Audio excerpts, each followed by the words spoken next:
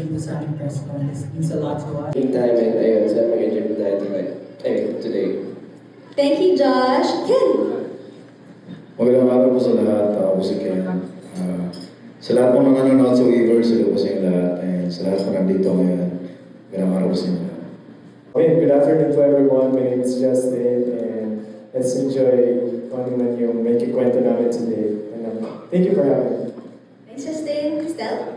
Hello po, magandang araw po. Pwede ba marinig yung energy niyo today? In 3, 2, 1!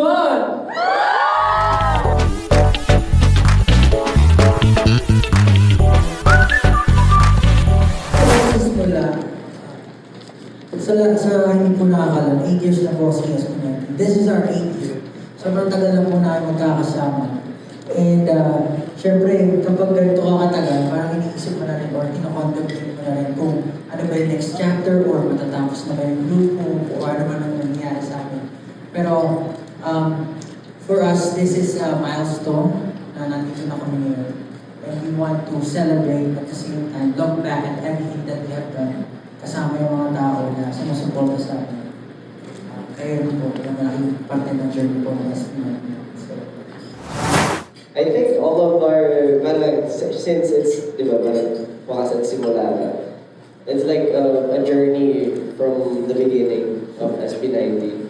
So, technically, we've been preparing for this moment our entire lives. So, yun na siya eh. Kasi we've experienced so many stages, we've experienced so many, let's say, concerts, festivals, and we've represented a lot of times for different types of sabihin natin, scenarios. And through that, and through this album, siguro mas masasabi namin yun na we're not afraid of anything. We're more confident when it comes to presenting the Filipino talent and of course P-pop.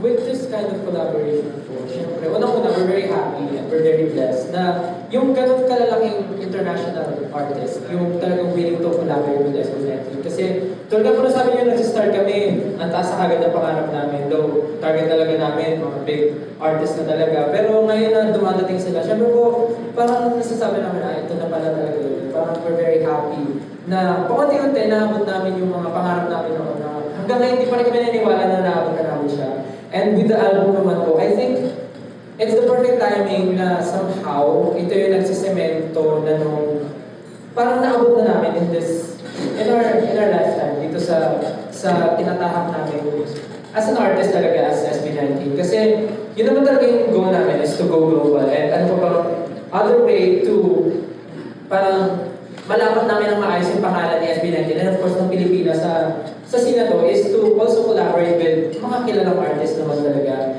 So, we're very happy and excited to share yung mga tracks na ginawa namin with them sa inyo kasi I think it's not only for us to show yung skills ng SB19 but of course, mapakita rin yung collaboration ng cultures together and mapakita yung kayang maitawid ng musika natin to other countries na talagang willing din to support our country. Yes.